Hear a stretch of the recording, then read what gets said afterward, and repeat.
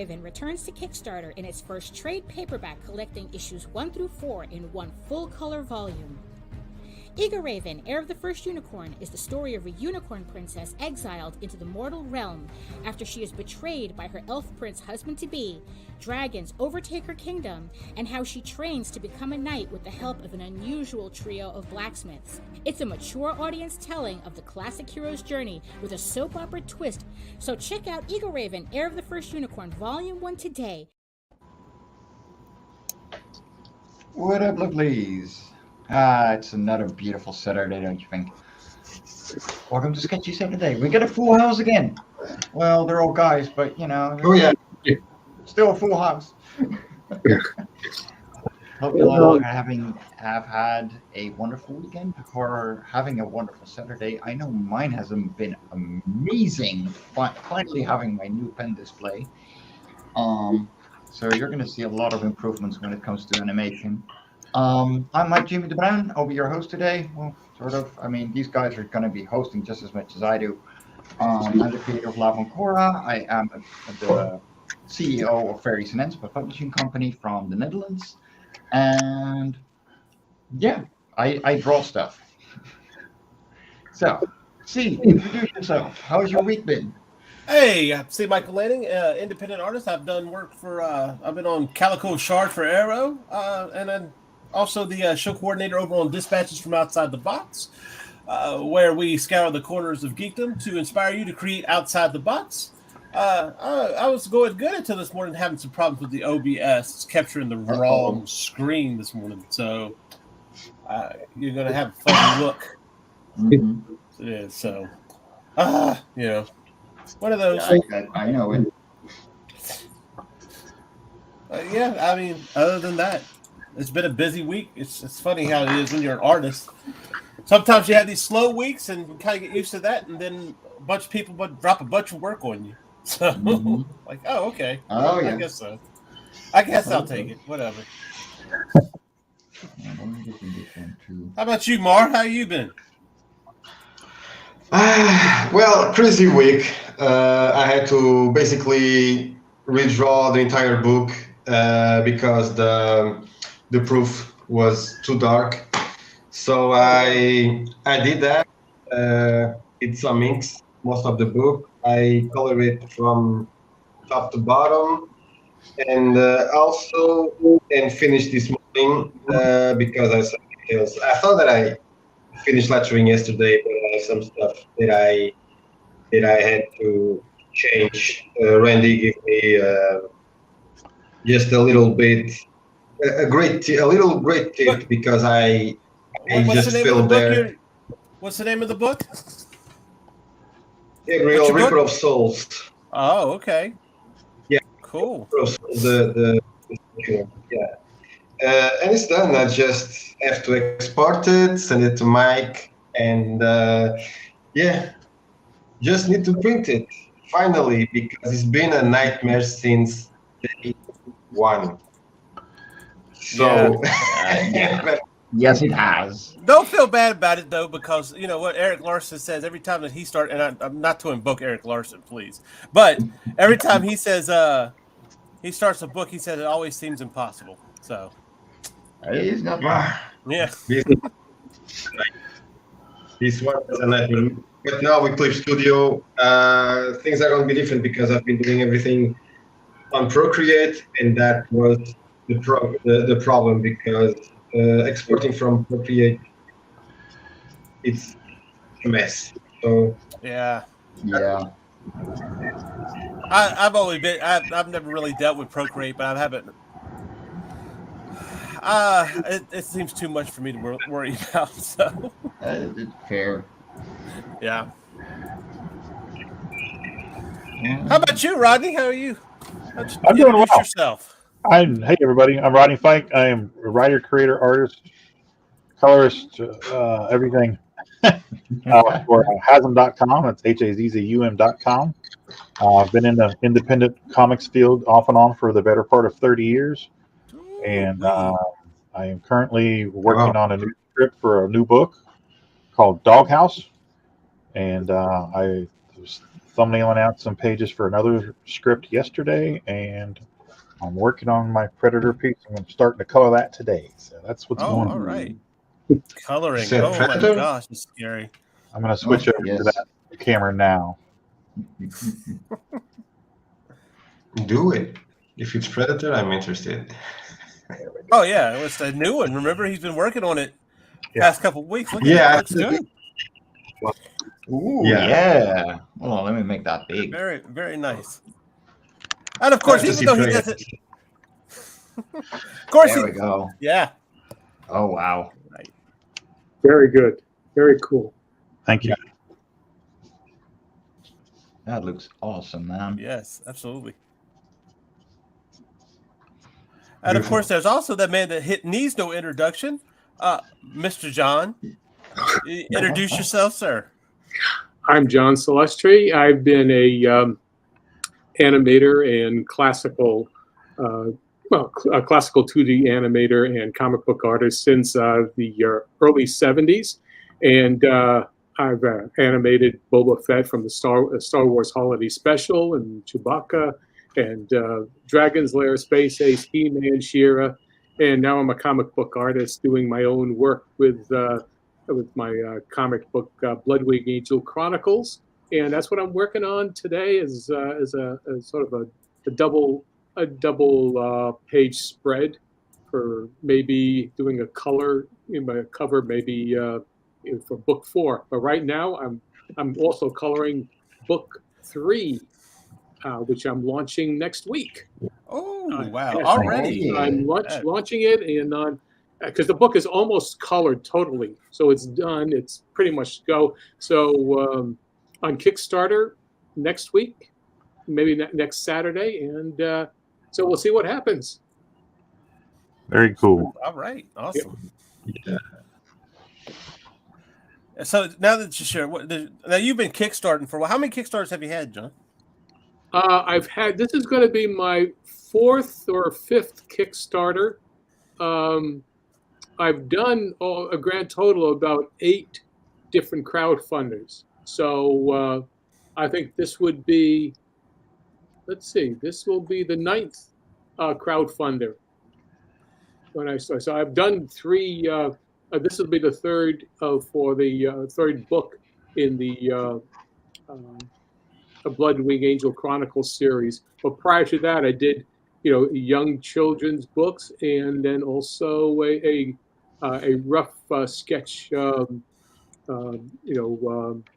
book of my illustrations and animation drawings from my career. So that was the first one I did. Anyway, yeah, this is going to be the 5th, the 5th Kickstarter for me.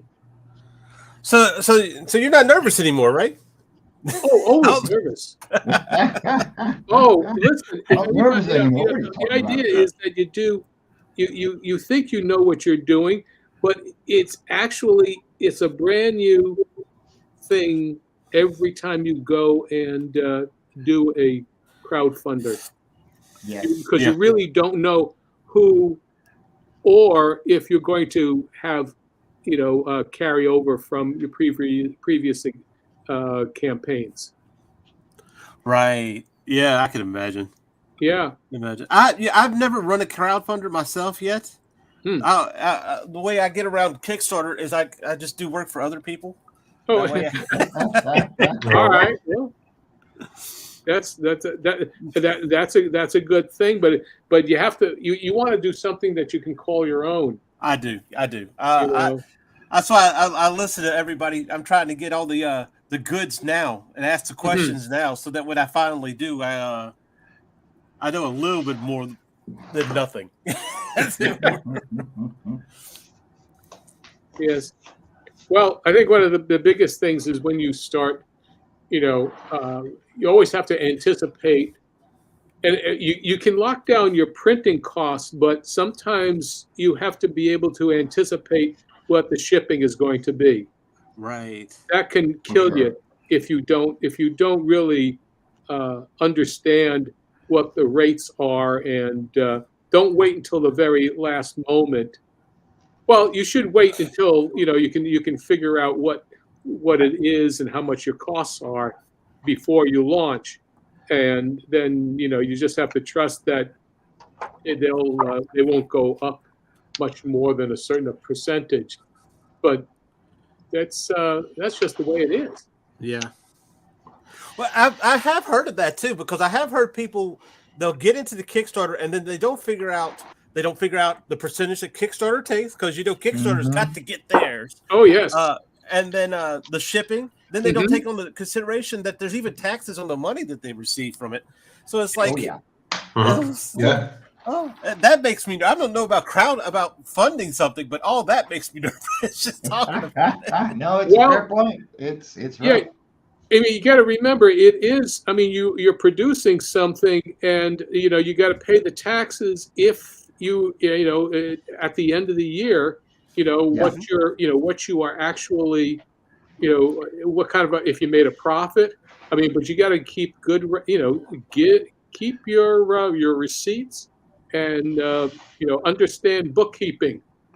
Yes. Oh yeah. Yeah. That can kill you. What I noticed on Kickstarter is that a lot of creators, and every time that happens, I just text them privately. A lot of them don't put the right cost of the shipping cost to Europe, because I've seen campaigns, especially in Kickstarter, for $10 shipping from the United States to Europe, and I always send them a message saying, "Be careful, because it's going to be around $20 or $30. Change that." But there are a lot of people that don't the right amount of for the shipping. That's a huge problem, because there are great campaigns out there, and the people just put the shipping in the United States at $7 or $5, and then they just put the number, no matter what number it is, to the shipping for Europe and other countries and other continents. So that's a problem. It's huge. Yes. Yeah. I think that's what's cool about a lot of guys, and I think Mike Jimmy's doing the same thing too, right? Where like RJ here, he'll deal with the printing. You'll print over here from over there, and that way that kind of cuts down on on some of the cost, huh? It really, it's. I print over here because I have a very cheap printer, but I just send a big box with everything to RJ, or maybe two, depending on how many people back, and fulfill from Europe for the European and Australian and other people like that. And everyone within the United States just, gets everything from RJ. And on average, it saves me about 25 euros per person. Ooh. I don't know how much that is in dollars, but right now it's about the same, actually. Yeah. Okay. It's pretty much 1-to-1. So where I would have to send, 30 boxes of 30 euros each to the United States, and now send one big box at 125. And then I pay RJ on average like $7 to $9 per package, which is still, half off on what I would personally have had to send. Right. It's such a deal breaker, honestly. It makes my head hurt just thinking about it. Like, oh my gosh, that's a lot of work. Yeah. Well, you talk about taxes, and for being an independent artist, that has to be scary at the beginning of the year to have to go through all that. If you make your living as just an artist. Well, yeah, but you learn real quickly, or you should. One of what the tax laws are in terms of just some very basic elements. What you can deduct, and then and be able and have to pay off of there are things like just your rent or your house or your utilities, because you're maintaining an office, especially if it's a dedicated office. A space. Then you could say, okay, I'm doing this here, and this is what what I'm spending on, and deduct your materials and your computer and all that sort of stuff. But you have to understand, what the laws are of your, in the country. I mean, I'm talking generally because Mike and Marv have their own rules. Yeah. Here, for example, you're only set on VAT or local taxes, so it's value-added taxes. Like you would have to go to your supermarket, and what the taxes that you pay off, those are value-added taxes. You only have to put those in whenever your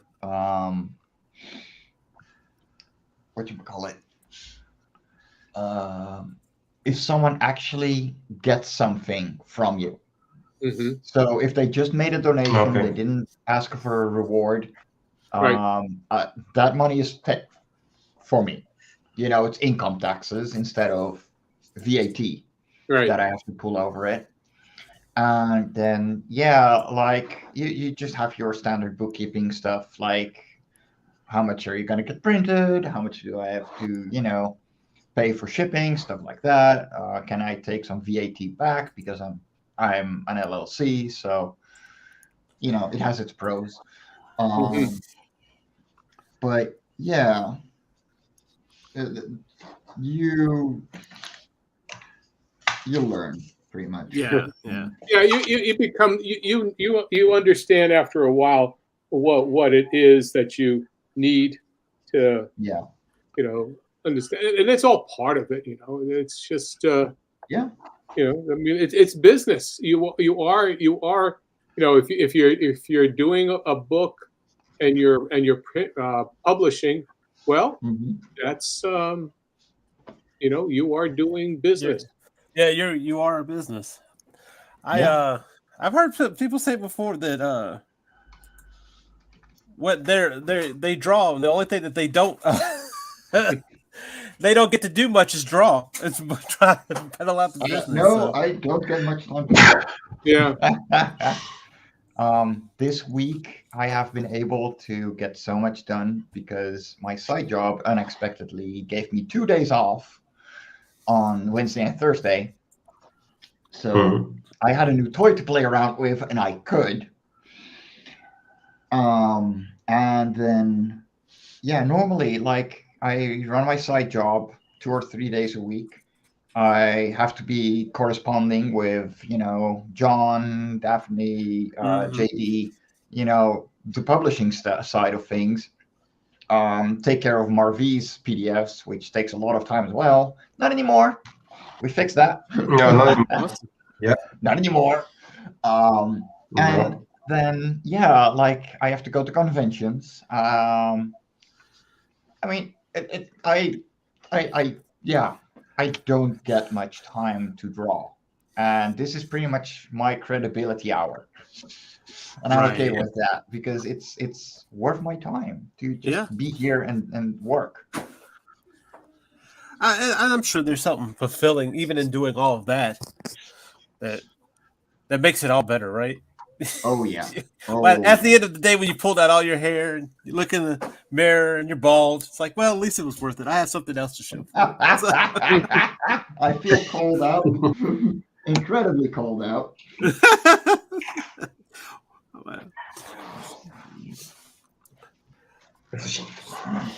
So Rodney, one thing gets me. I see you coloring, and I was messing with colors for something yesterday, and I was talking to somebody, and I have taken maybe 2 or 3 classes on trying to understand color theory. That is Oh, one yeah. of the biggest aggravations. It's like, you're an artist. You're supposed to know this. I want to cry. That's how bad it is. Well, okay, so I gave up on that. this will make you cry even more, as I'm not sure myself about color theory. I've always just colored from the seat of my pants what I've felt the mood or the atmosphere called for on a page or a panel, and I've always picked my palette based on what the story is. So you're just saying you're a natural. I see. I guess. I mean, if somebody has some knowledge about color theory, please start spitting it, because I'd like to sponge it. I'll jump in here, because I didn't start coloring until about 2 years ago for my for my Snuffy and Zoe children's books, the comic books, and I just went and read as much as I could about the old style comics and how they colored and what limitations they had, and I used what I learned through as an animator working on productions, and how to simplify things. So I've always gone through to the aspect of being very simple in my color choices, and of focusing attention on what I want the reader to look at and see. Like, in animation, you only chose maybe about 4 or 5 colors per character, and then you didn't want to mix too many paints. So if you had 3 characters, well, what do they all represent? In terms of what's a villain, what's a hero, how it's going to show up against the background, and that's how I learned. And basically, it is by the seat of your pants, but there's a lot of trial and error. Setting up what looks right. You do screen tests, right? Color tests against backgrounds, and you do samples before you go to do a full run production. Yeah, that really plays havoc on my impatience. That's You're not wrong. Well, yeah, patience, grasshopper. Yeah. Patience, young grasshopper, or young grass smoker if you're into that. Yeah.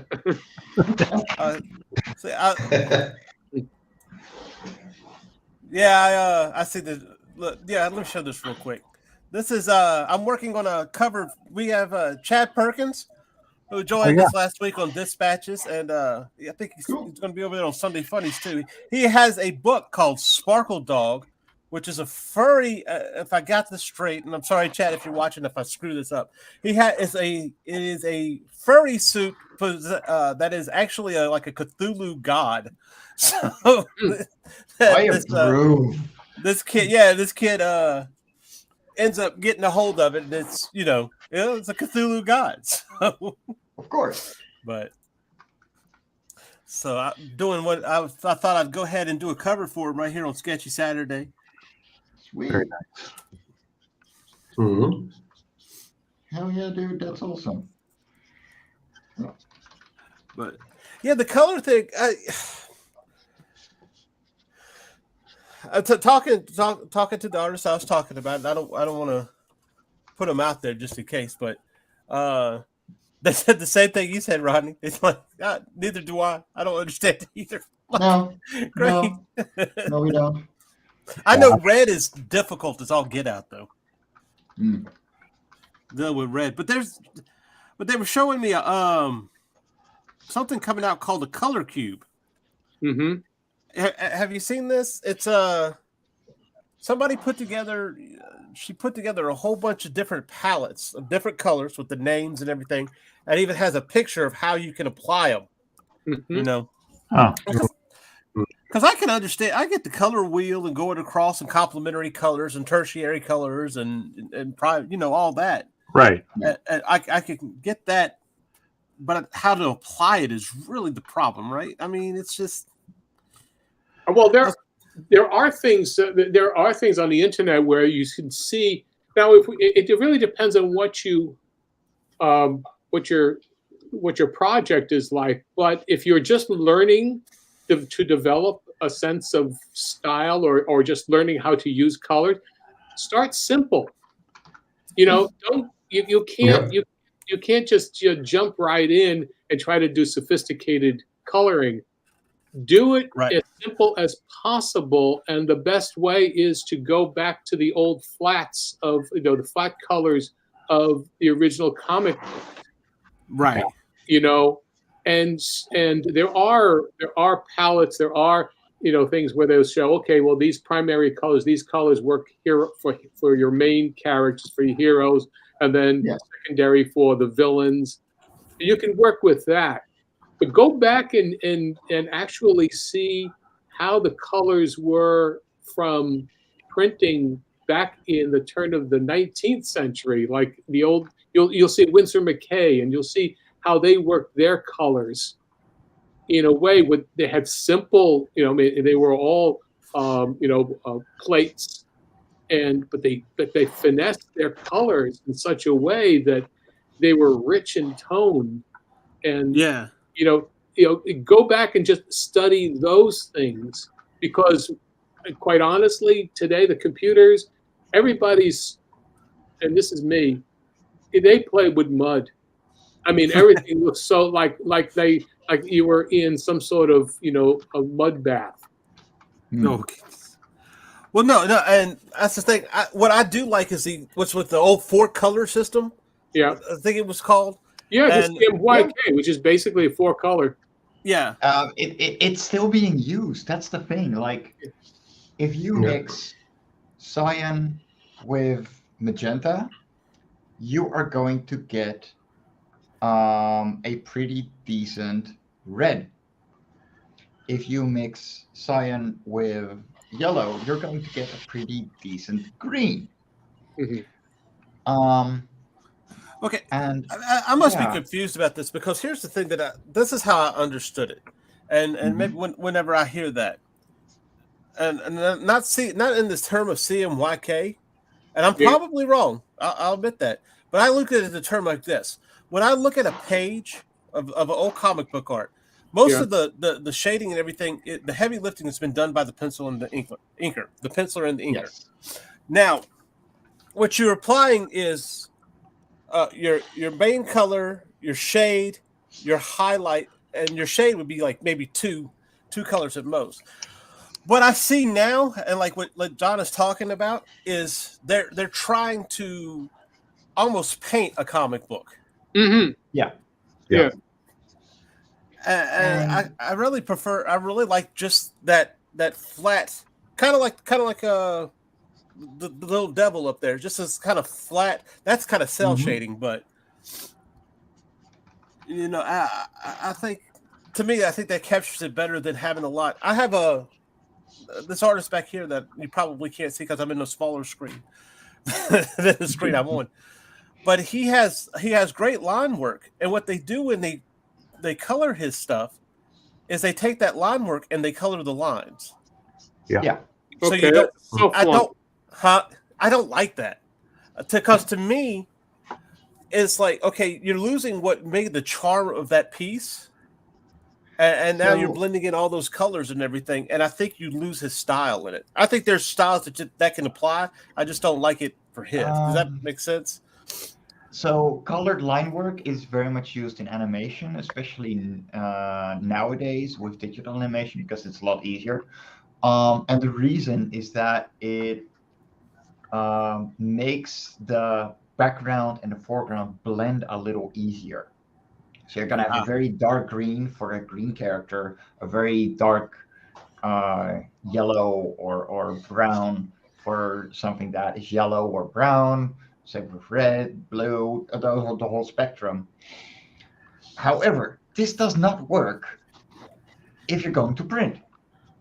Mm-hmm. And the reason it doesn't is because print takes light away where a screen adds light.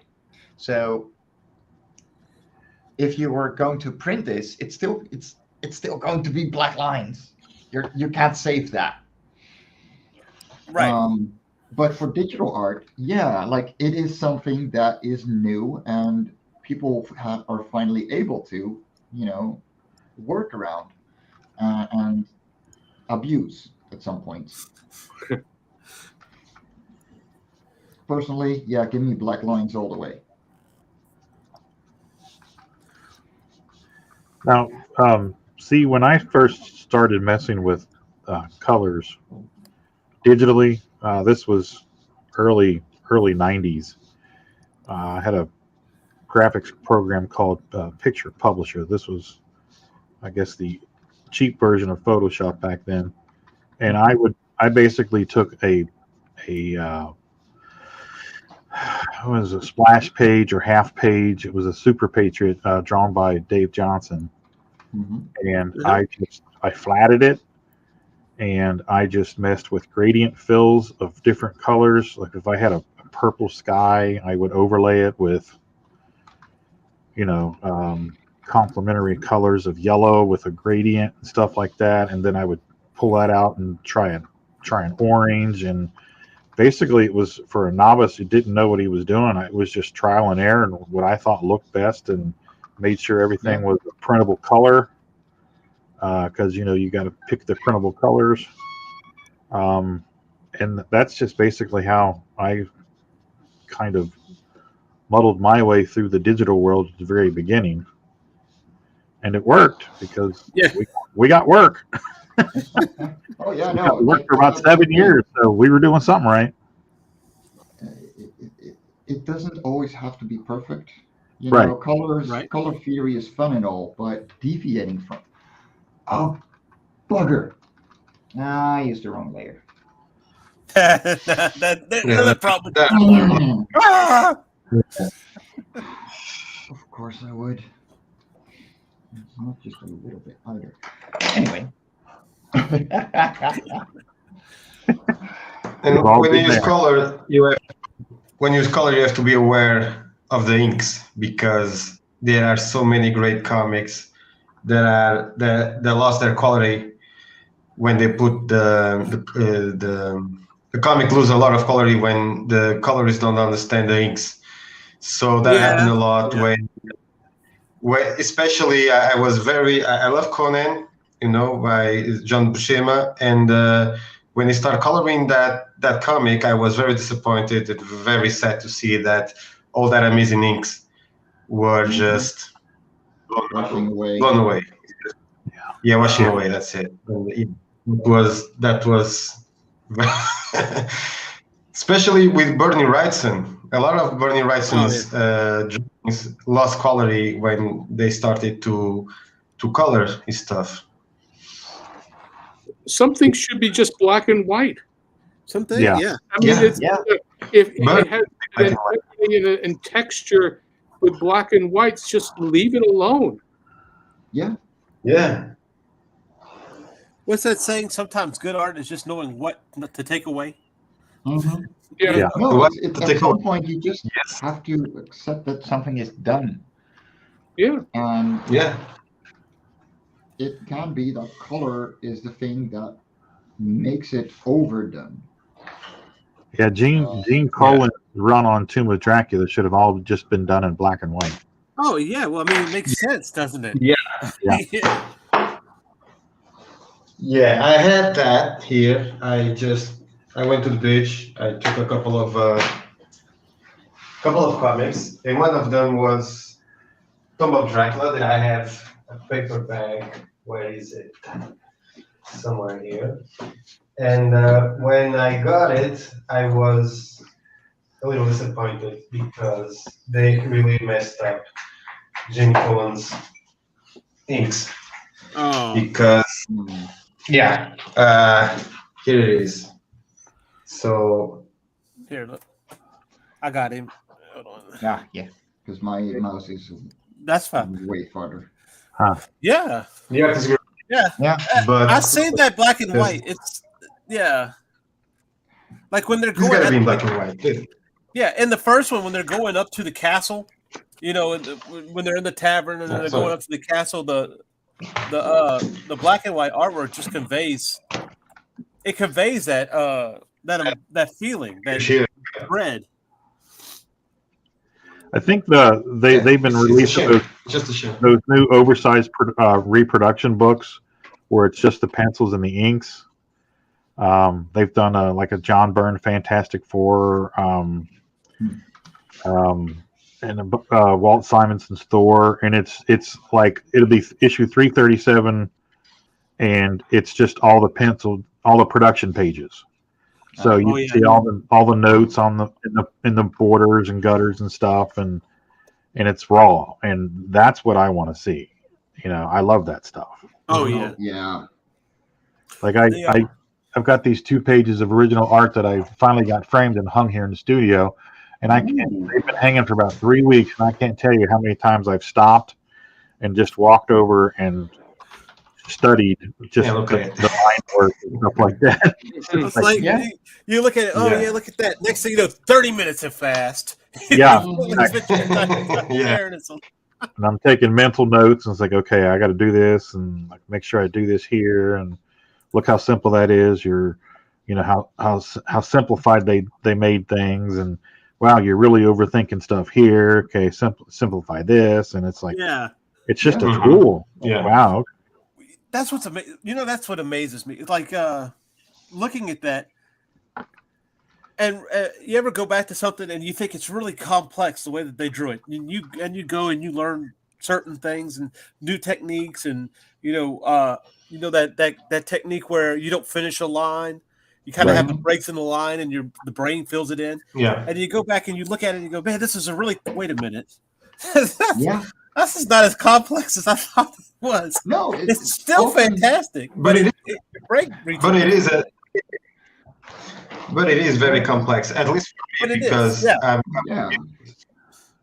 was used always with the drawing realistically, and when I started to decompose form, and then when I started to trying to take away, because sometimes I think I could take away more, but and it takes me a lot of time to make a drawing. So if I could take a little bit here, a little bit there, but that never happens because I'm so used to do realistic that that's why I try to understand, especially Mignola's art, because it's so simplistic. Oh yeah, and a little bit of that, and I was able to do a little bit on this comic, but I want to do more. But for me, it's so hard to not to put those lines there because I'm used to put them, and it's just a huge challenge. That it's a struggle every time that I do that. Mm-hmm. Oh yeah, because it's your style. It's what you've gotten used to. It's your muscle memory. It's everything that you've learned and applied, and now you're trying to pull back. And I get it. It's it's a chore for sure. Yeah. Mm-hmm. It's that Pablo Picasso comment that he said. Yeah, I was thinking about it. He spent years learning. He spent, I think he says, like 5 years learning how to technically paint, but he spent a lifetime trying to learn how to paint like a child. I butchered that saying, but you get the idea. It's true. Yeah. Magnolia, I'm not saying his name, but with Mike, you look at it and you kind of go, oh, well, that should be easy to do. But the way that he understands form and shadowing is just, you could get in that and just you realize real quick that it's not as easy as it looks. No, it's not. It's easy to reproduce. But it's not easy to do it. Yeah. Perfect story for that. I was in Chicago one year, back when it was a real Chicago Con before it became what it is now. And Ernie Chan was sitting there and at his table, and I'm a huge fan of Ernie Chan's and all the Savage Sword of Conan stuff. And I have one of my sketchbooks, and I asked him for a really quick sketch, and he took it from me, and he had a brush, and he just dipped his brush in some ink and did a little dollop. Didn't take him 15 seconds, and he handed it back to me, and it was Conan. Oh, wow. and I was just amazed at how simple and quick it was. And as a matter of fact, I might have it. Let me get up here and look at one of my sketchbooks and see if it's in there. I'll be right back. All right. You know what's funny? I actually do exactly the same with my live on Korra creatures. So I'm going to switch over to. Here we go.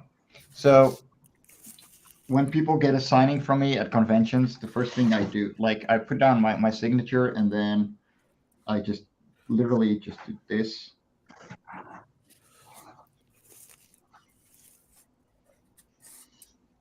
And there you go. Oh yeah. Yeah. Neat. There you go. And they love it. Like they're so awestruck. It's so simple though. You've drawn the character so many times. You just got you got the muscle memory that just kind of shows you, just tells you where to go. I mean, on average, only 200 times per book.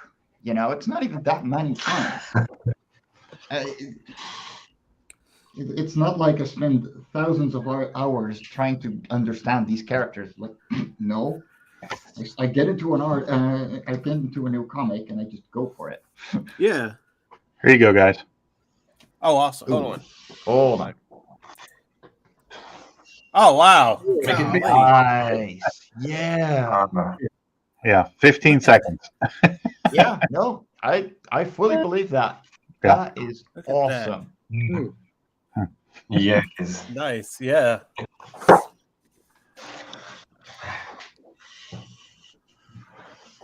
Flash.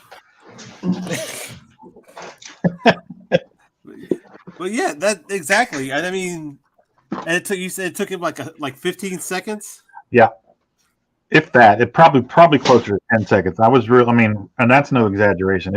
I was just stunned. I believe you. Wow. I think it's one of those life moments that teaches you. All right, stupid, you're way overthinking this shit. Yeah. Yeah. I'm 100% behind you. And the thing is, usually we are. Yeah. Stop calling us out like that. Well, you know, the funny thing, my wife tells me all the time, or when we first started going back and doing conventions, and my first run through the convention trail, I didn't draw. I was the writer, and I did post-production, and I was a background inker, and I did everything, talent coordinator, but draw. So I didn't draw at conventions, and I wasn't used to it. And I was really anal about it. And one time we were in a hotel room, and she's like, look, she goes, the only people that know that you've not done something right is you. Because people on the other side of the table, what you do is magic. So get over yourself and just get it done. Yeah, no.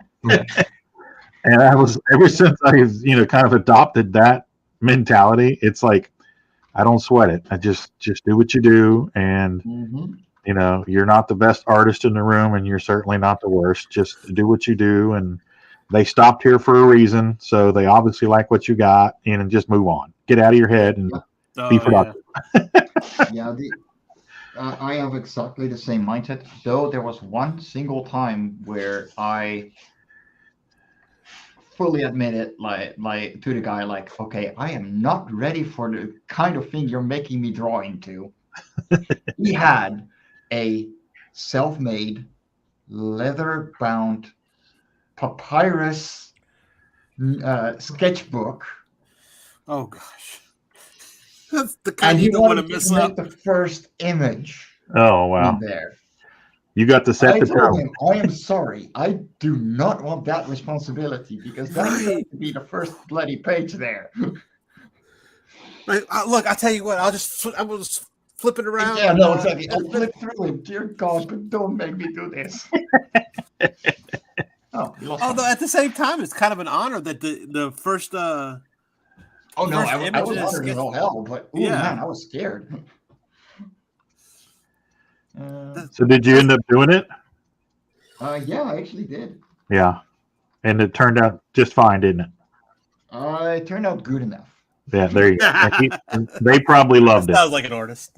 Yeah, they probably loved it. So They probably loved it. yeah. Welcome back, John.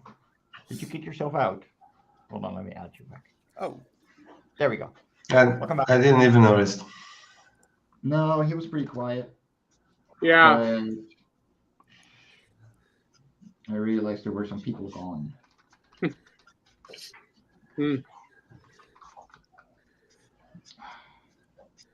I thought I just saw him. That's There he is. yeah. There he is. I'm here. I have to switch back and forth on the tabs, and sometimes I click on the wrong tab and something happened. Oh. Yeah, we know the feeling. Don't worry. Oh my gosh! Look on this headphone set. I have a mute button on it, and then it will go mute, and everybody's trying to figure out how come they can't hear me, and I'm trying to figure out how come you can't hear me. It's like just fiddling around with this thing. It's like, golly, stop touching it. It's like during the coronavirus when they told you to stop touching your face, and all you wanted to do was touch your face. Yeah. Stop touching yourself. Stop touching yourself. No. I am not overcomplicating this background. What are you talking about? I am totally not going to have this on the screen for less than a second.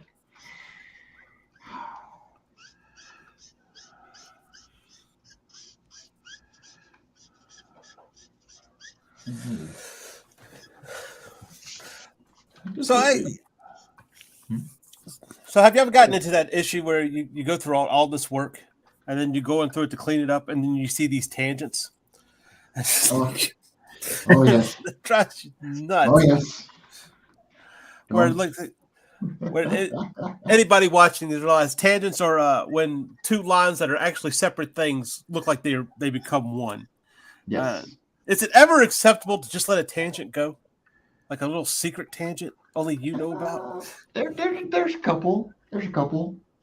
Depends My general rule is if the colors are going to be different from the inks, so the lines may follow the same line, follow the same direction, but they're not going to be the same color and they look like separate things, it's fine. Just in black and white, if it's down the same line, I'm fixing it.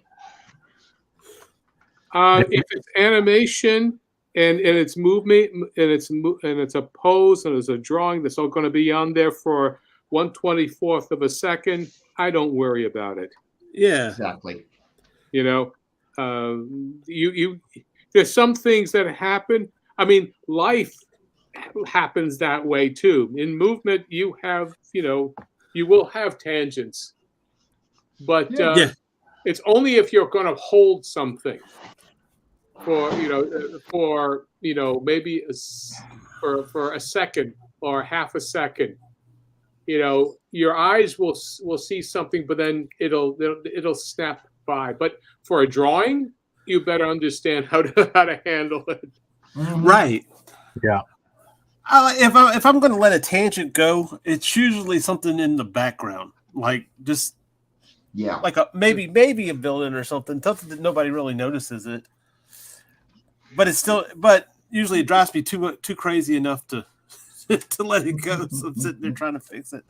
Yeah, I try like hell to make sure that there are no tangents. That's like a thing with me because I work with somebody that does tangents all the time and don't realize it, and I'm like, okay, this is a tangent, and yeah. So it's and the other thing depends on how tight is your deadline. Yeah. That is one of the biggest pet peeves I have for a lot of webcomic creators. They don't know what tangent lines are. Right. Yeah. Yeah. And this person didn't, and I was really stunned that they didn't. And I was like, wow, okay. Yeah. But there's shit I don't know. I don't know color theory, so Yeah, right. Well, you might as well say what express what you do know. Yes. Yeah. And Make sure others know as well, very violently. Yes. Teach them the hard way. Well, there's nothing like learning something and then going back to your old work and seeing how badly you messed that up. Oh, yeah. Like tangents. Oh, there's a tangent. And there's a tangent. Oh, man, I can't even look at this anymore. Yeah.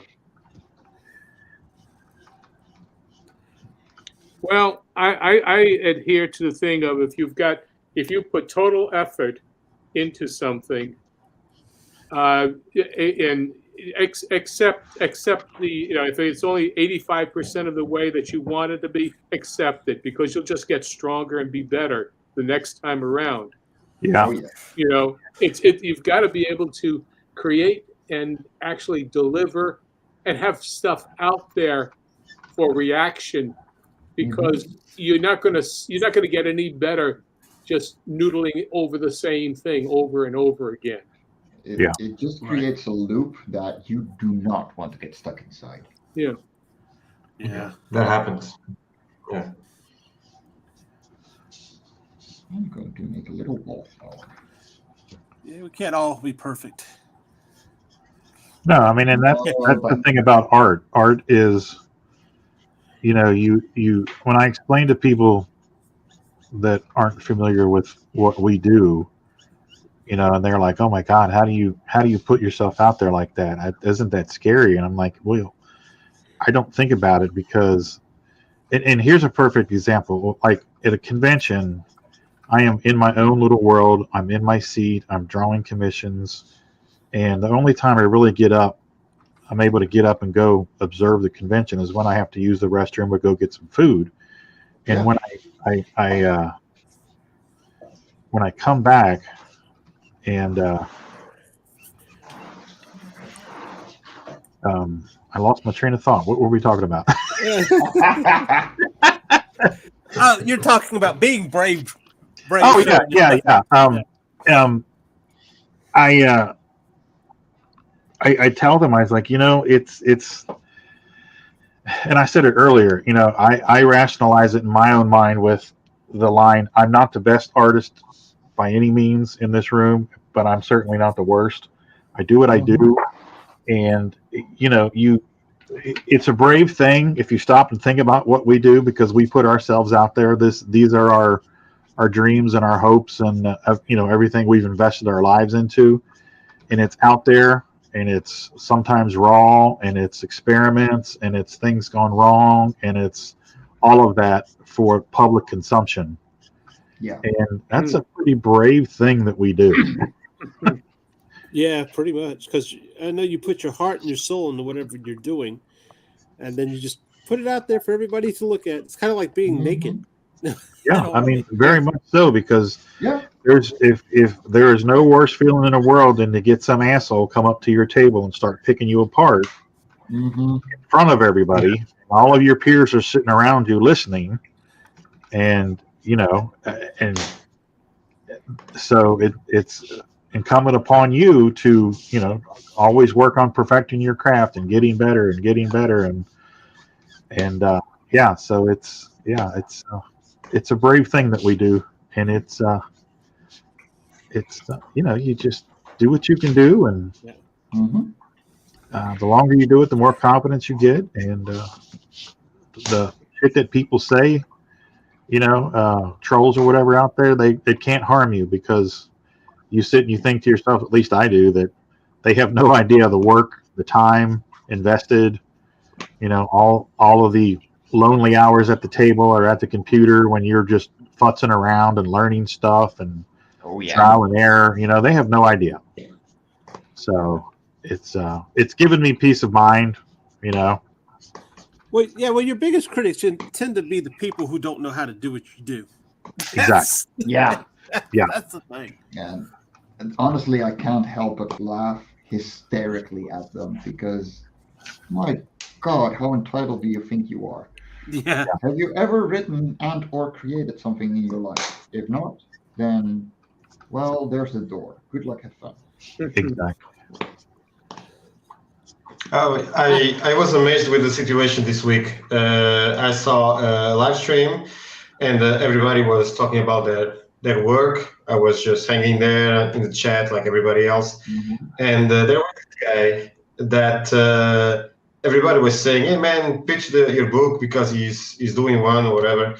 And I think it was an idiotic move from him, especially when everybody was motivating him to make a pitch, even a pitch, 30-second pitch. And he said, to pitch my book because, I'm doing it. And I'm just going to put out there and to everybody to see. So my book will be my pitch. So everybody yeah, that's not how it works, buddy. It's not. He's not. That guy's been completely idiot.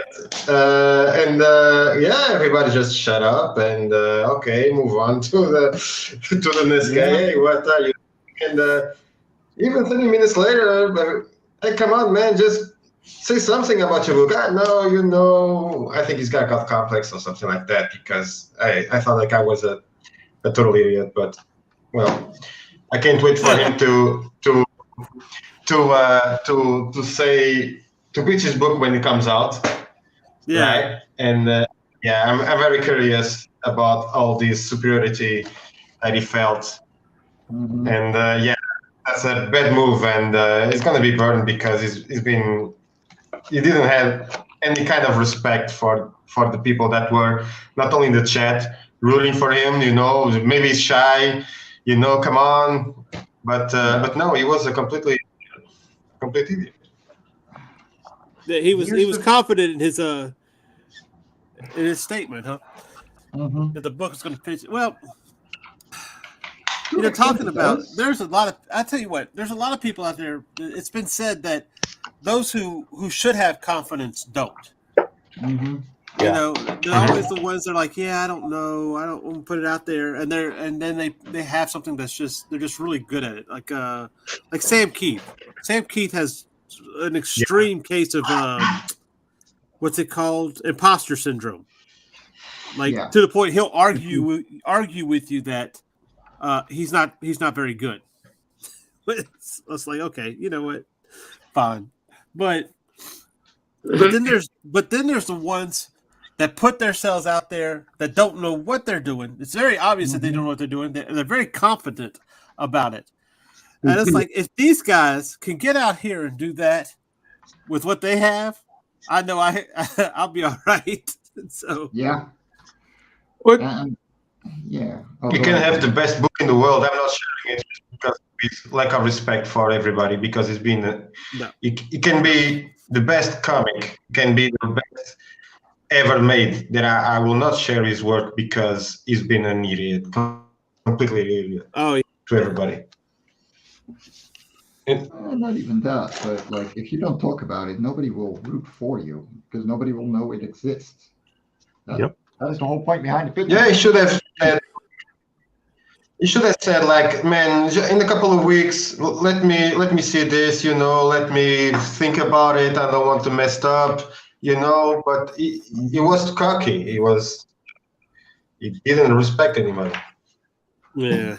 He's gonna, a lot of people will remember. People don't forget some stuff like that. So he's hurting himself before showing the book.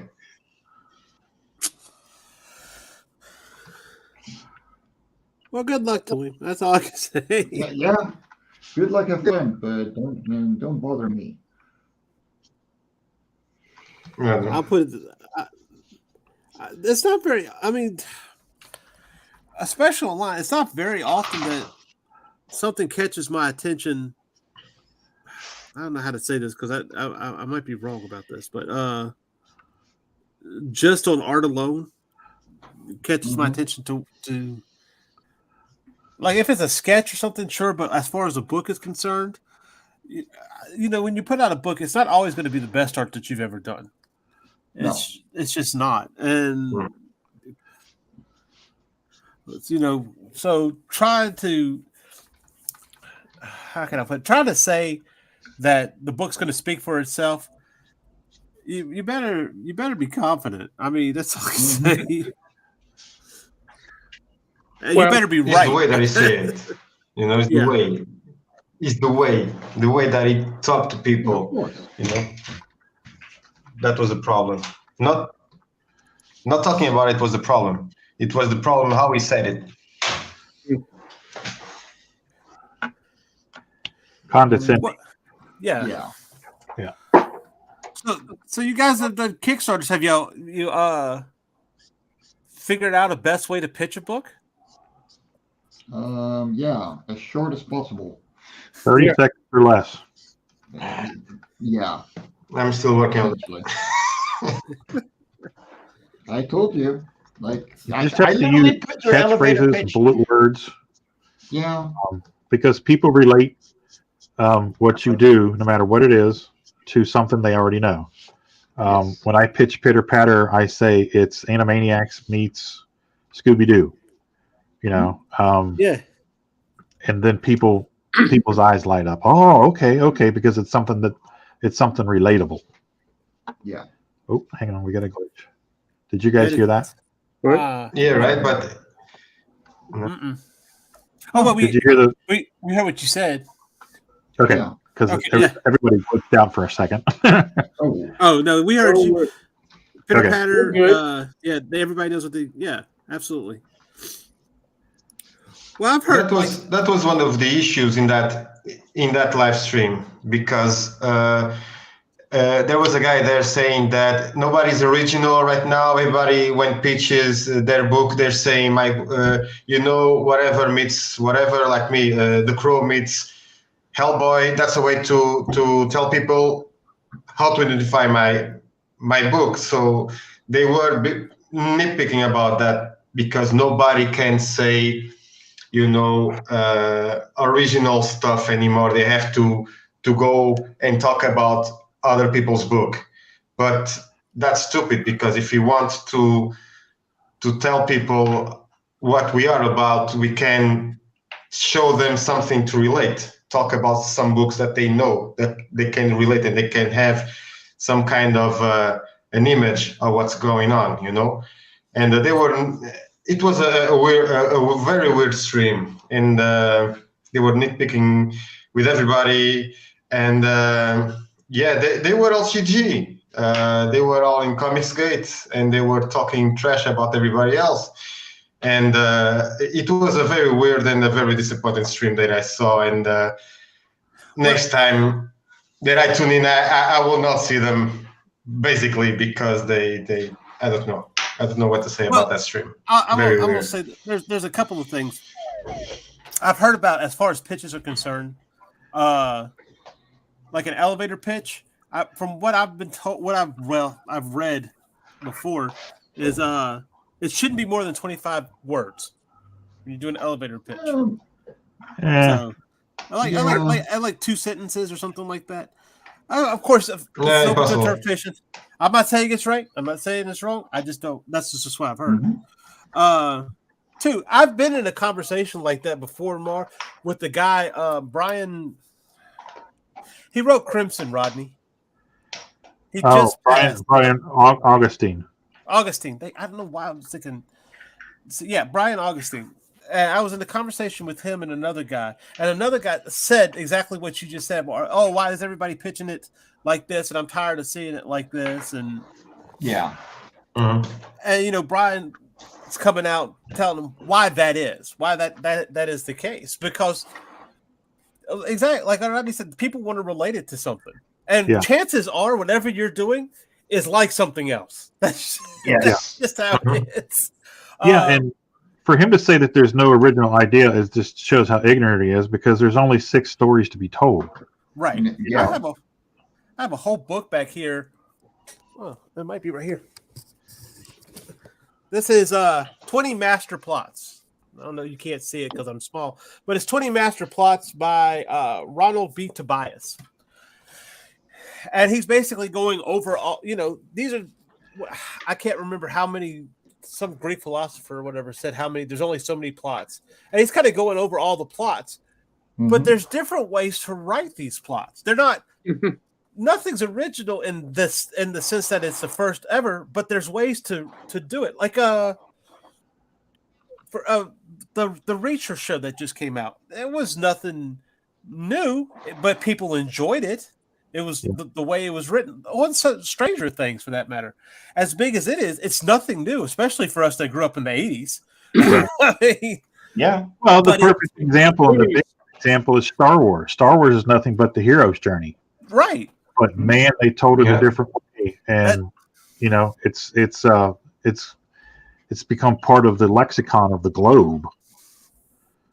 But I tell you, I think of J.T. Malloy and his books, Sapphire Spectre, and everybody was like, "Oh, it's like Danny Phantom. It's like Danny Phantom," and he's sitting there like he doesn't know what the hell Danny Phantom is. It's my age or older, you know. So Danny Phantom wasn't a thing for us. Well, there is convergent invention as well.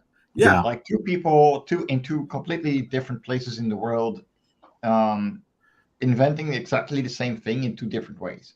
Yep, parallel lines of creation. Yeah, and those kinds of ideas are, you know, you're especially in creativity. You can only do so much to make yourself special, and honestly, being special at something doesn't make you all that special. It makes something good. Don't make it special. We have enough special people in the world already. Right. Just like the tropes, you can have a genre with all the tropes on your book, but then it's what you do with the tropes that matters, not the tropes itself. Right. Yeah. Cooking, basically, we're all doing, we're cooks. And the elements are salt, fat, and sugar. And that's how you use it, and how you blend those things together is what gives them taste and creation. And you know, as I said, there are only so many different basic plots. You can take simple ideas, and then it's how you put them together and give them your twist. That's the art in it. right. Yeah. You know, You're absolutely right. you know, how many times you say the familiarity of the taste is what brings the viewer to something. What they said, I've never seen this put together such a way, but there's still something familiar about it. Yeah. Right. Mm-hmm. Well, it tastes like chicken, right? Yeah, but it's not chicken. You know. I mean, that's Pretty much. But anyway, we're all trying to do something, and we're all trying to put our own unique, elements and twists to things. That's it. It's a twist, and that's what we're looking for. Yeah. Yeah, it's like I've got this story that I wrote, and it involves two cats. Well, then I converted it into dogs, and it's basically it's based on their personalities and how they play off of each other. And they're two anthropomorphic dogs, and they're investigating a murder. And it's there's how many comics or stories are out there with anthropomorphic dogs, but it's the personalities, it's how you have them interact, it's making you care for the characters, Exactly. dropping little subplots about their pasts and this and that and the other, and that's what engages people. Wolverine was so popular for so many years because nobody knew anything about him. right. And Different. that's what you do. You draw people in with teasing them on this and that and the other, and that's all part of storytelling. Yeah. Well, West Side Story is Romeo and Juliet. Yeah. Yeah. I mean that's a very basic plot, but look at how what it has done, how it feels, and how people relate to it, and the music, all of that comes into play. But it's there as that's Leonard Bernstein's idea, and everybody else that was part of that Stephen Sondheim did the lyrics. Right. So, boy, yeah, and people are afraid to push the envelope at times. Yeah. Because they say, well, it won't sell. Well, if you've got a strong enough idea, okay, there's commercial and then there's art. Yeah. And Right. Yeah. if you have something that you want to say, that means that it may not be commercial, but at this time, because you don't know what the future is going to bring, do it for yourself. You got to pay your bills. I know that, but still, do it for yourself and then see what happens. Yeah. Right. Yeah, because if you don't believe in it, how are you going to expect anybody else to? Yeah, totally. Exactly. Well, it's a case in point for me personally is that when I came up with the idea for Bloodwing Angel, I thought, well, I can't draw this because I'm a cartoonist. I don't have a realistic style. And I went to one or two artists here in the Lexington area, and I asked. I said, would be interested in this guy? I sent them the novella that I had written, and the guy said, and I thought it was I thought it was going to be a very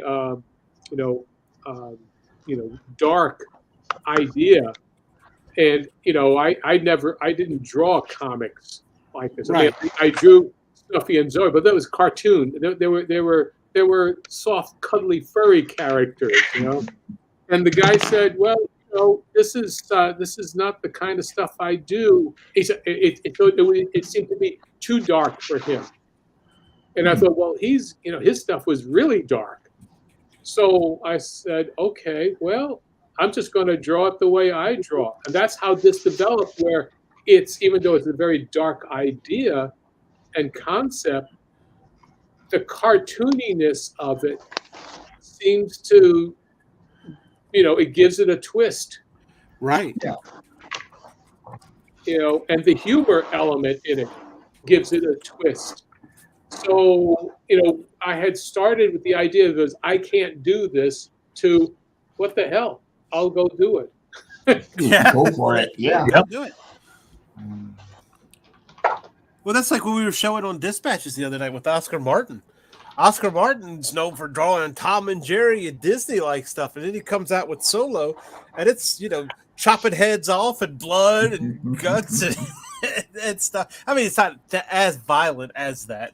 I'm exaggerating, and he's not drawing outside of the style that he already has. So sometimes just that different style is what makes the whole thing. Yeah. And that's where the idea of not going for the normal or the usual, bring something in that others haven't. I mean, quite honestly, I've been outside of comic books and doing stuff for maybe 30 years. So I wasn't coming, with that point of view of, well, this is how it was done in the 90s, or this is how it was done in 2000. I'm coming back from 60 years. Yeah. But it's still not 60. It's still, different enough that it's not part of what people have seen. But then again, it's animation for me.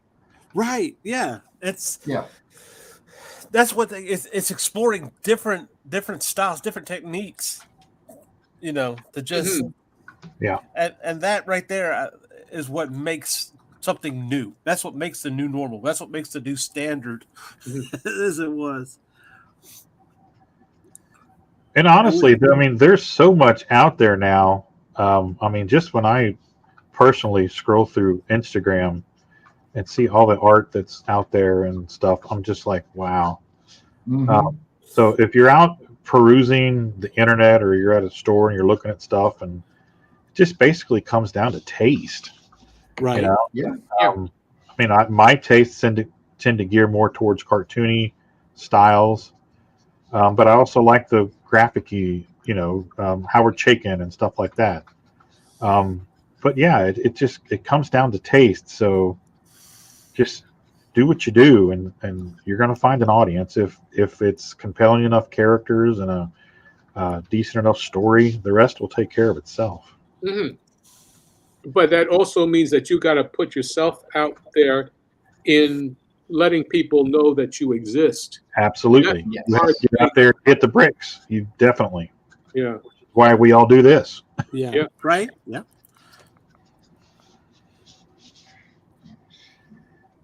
I mean, there's nothing more nerve-wracking than bringing your portfolio up to somebody, especially somebody that you respect, and showing them and just biting your nails, waiting for their opinion. What you gonna say? Validation. Yeah.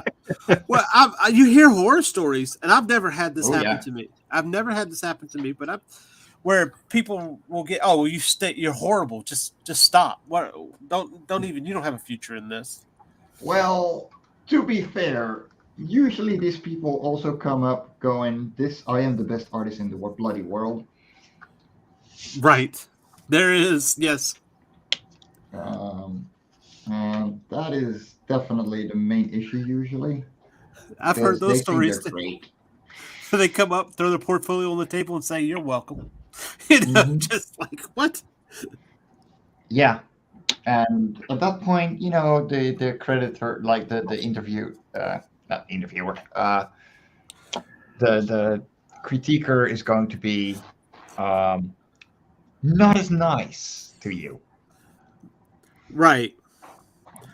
Well, that's like, of course, to come back, I think we might have talked about it before. I know I said, but it's like Neil Adams. I planned to show my portfolio to Neil Adams years ago. So glad I didn't. He has been. I've heard so many stories, and he'll tell you himself, "Please don't come show me your portfolio." And I think what that comes down to, because from what I saw, he was a nice guy. I think what it comes down to is that he's so meticulous about what he does, about the art, that he's going to be honest with you. Yeah. And you might not be happy with the honesty that he's going to give you. Yeah, I have something to chime in there with that. I watched him do interviews in the early 90s, portfolio interviews, and I watched him do interviews as recently as 3 or 4 years ago. In the 90s, it bothered me. It angered me because of the way it was. But I was also young and didn't realize what he was doing. And I'm glad I got to do this 30 years apart because, the 50-year-old Rodney versus the 20-year-old Rodney watching realized,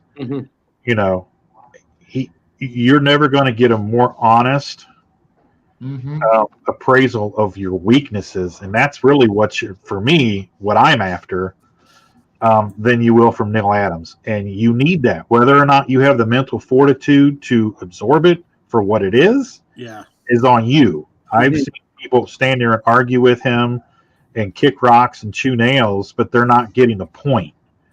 You're there for a reason. And he's not your mother. He's not going to tell you, "Oh, good job, son." And people need that. And as time has gone on, especially today, a lot of people placate each other. They're not honest. And because you don't want to hurt anybody's feelings, you don't want to offend anybody. And that does nobody any favors. It doesn't. When people talk about him being rude and everything, and I'm just like,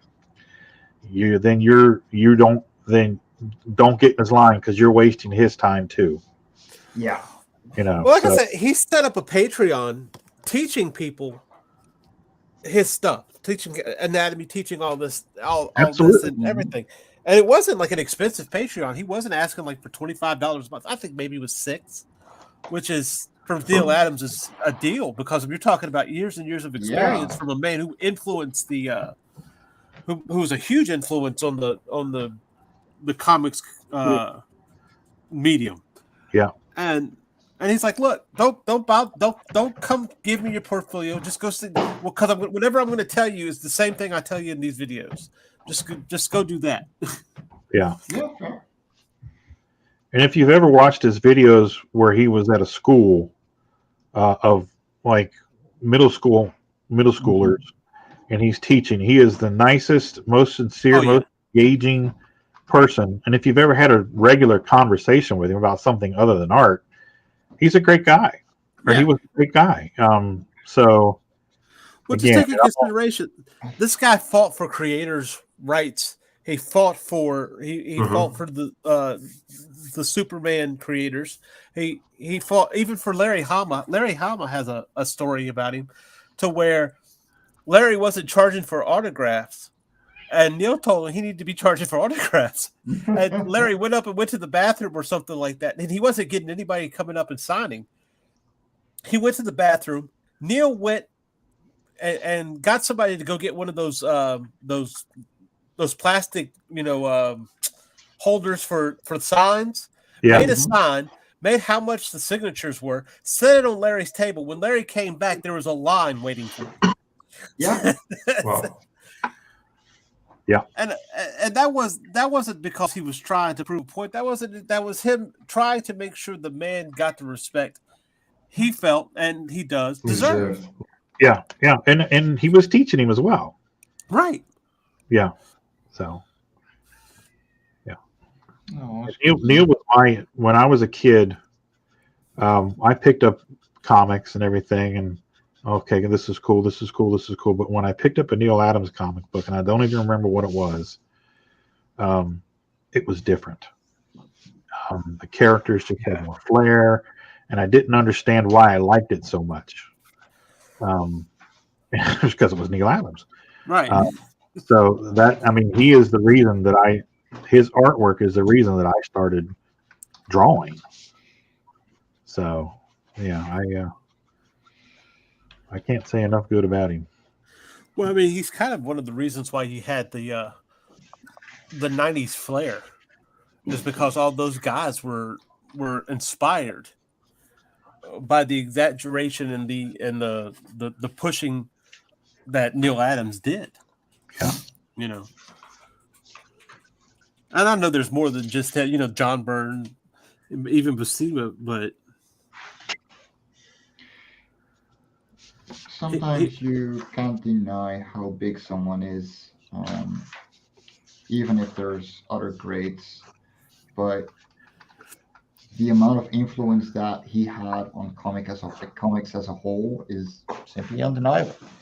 Yeah.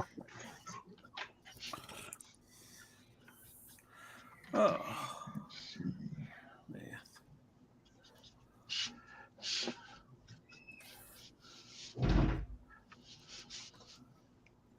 And it's okay to people to say that you're not good at something, because then you learn how to be good at it. You have to, yeah. Sometimes you can't see the problems that you have. Exactly. You don't. Yeah, exactly. Yeah. Well, if you're going to bring a portfolio for review, then you're asking for somebody to tell you, what is it, how does it stack up? Right. Yeah. And the whole thing to be reviewed is to say, okay, this is what you got to work on, and so on and so forth, and maybe you do this, maybe you do that. But if you can't even take that criticism, if you're going in with the attitude of, hey, how great am I? Well, then why are you even bothering? Yeah, why bother? Yeah. What's the whole purpose of being there? You should be already being paid for stuff, for your work. Yeah. If you have that attitude, yes. If not, well, here's the thing: if you don't get paid for your stuff, you're either not good enough, or you just haven't reached the right kind of people yet. Sorry to say it. Or you just haven't done enough, and haven't shown yourself to enough people yet. Yeah, it's very tricky on that front, because you could. I've seen some people who are like, "Really, you're getting work?" Oh yeah, all the time. And it's just it's all about who sees you. Mm-hmm. It's so sad. You really have to be a marketer I mean, you really do. Yeah. Yeah. And a lot of it has to do with, it, like, again, whether or not you're the best artist or what, your level of art is inconsequential. It's your drive. Yeah. And if you're out there and you're online and you're doing podcasts and you're talking to people and you're reaching out and you're creating relationships with folks, you're going to get work, Yeah. But if you're sitting at home and you're chewing on nails and kicking rocks because it's just not happening, well, get out of the bedroom, Mhm. and go to some shows, get on the internet and join some groups and put yourself out there. Yeah, you have to. You have to. And talk about what you're doing. Absolutely. Yeah. Well, Yes. get over yourself. That's comes. Well, Get yeah. over, And get over your that's stuff. the bottom line. Get over yourself and just, it's not rocket science, people. It's Cartoons. That's it. Logic. it's getting along with folks and introducing Yeah. yourself and being sociable and being reachable and being able to work in groups and work on teams and politeness and it's just social graces. And don't go out there knocking anybody down. Yeah, Just don't. absolutely not. No. It doesn't get you anywhere. No.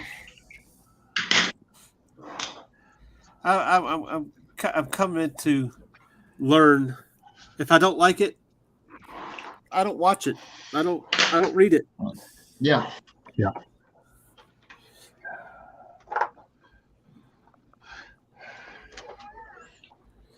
Oh, Squeaky. Look at this little bugger. She's hungry. Yeah, well, we have been going for an hour and a half. So Yeah. Time flies when you're having fun. I really right. hadn't realized. Yeah. Well, Well, I'm pretty well almost done with this semi cleanup. yeah, Nice. yeah, it's really cool to have been watching it from the very beginning. Sorry. No, I was just saying it was really cool watching it from the beginning.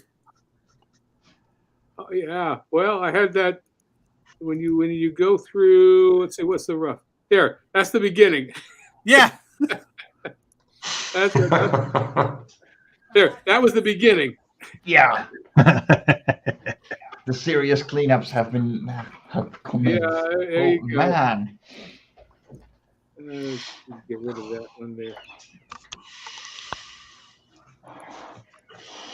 Where's the angel?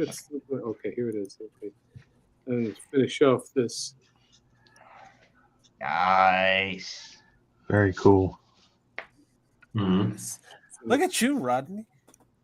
Golly, Yeah. I know. Oh yeah, great. Wow. Wonderful.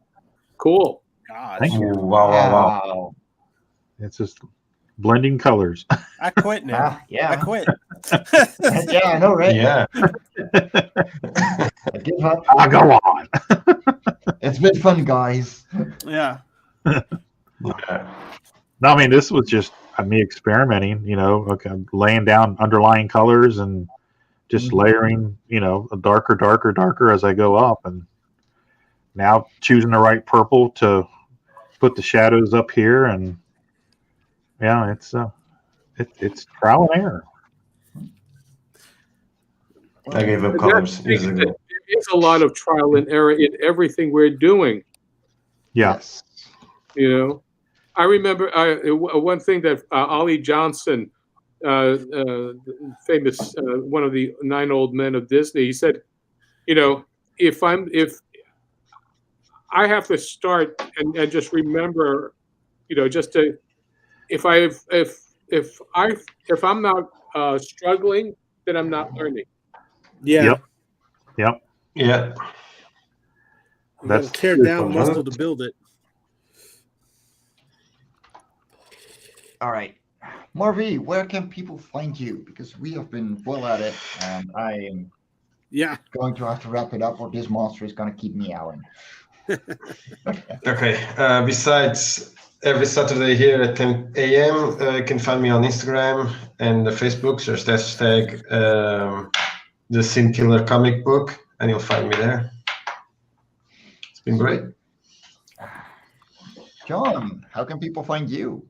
Well, you can find me at Celestri John on Twitter, on YouTube here on at Celestri John Celestri, and you'll find me on Kickstarter now next week. So All right. Yeah. you know, Be sure okay. to sign up for Bloodwing Angel Chronicles Book 3 pre-launch now on Kickstarter. that's it. Thank you, sir. Rodney, how about you? You can find me on Instagram at Rodney_Fyke, on Facebook at Rodney Fyke Arts. You can find me on YouTube at the Hazm YouTube channel. That's HAZZUM on YouTube. And go to Hazm.com for all of our comics. HAZZUM.com, where you can check out our books such as Peanut Pudding and Jelly, Unchained, Pitter Patter, and Roadkill Rampage. And I do a morning stream Monday through Friday at 11 a.m. where I just work on artwork and chat with folks in the house. Cool. Awesome. See, how about you?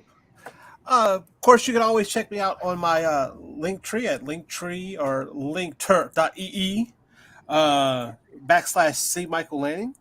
And of course, on Dispatches every Tuesday at 8 p.m. Eastern, where I think this week we're talking about sketch shows, things like Monty Python and Saturday Night Live and so on. So, and of course, that's right here on the Indie Comics Network. That'll be fun. Like, subscribe, share, that kind of stuff. Do it all. Do it all. Click the button. Yeah. Push it. Push it. Hit the button. Yeah. And I have been your host, Mike Jimmy de Bruin. You can find me on my Linktree /fairies and ants. My name doesn't fully say it right now, but you can find everything about me there. And of course, on Thursdays, I am here animating like I have been today on Hung on Animation at 1 p.m. Eastern. And on Saturdays, I'll be back, of course, with another Sketchy Saturday. So be sure to check it out. And we'll see you next week. Stay awesome, lovelies. Bye, everybody. Take care, everybody.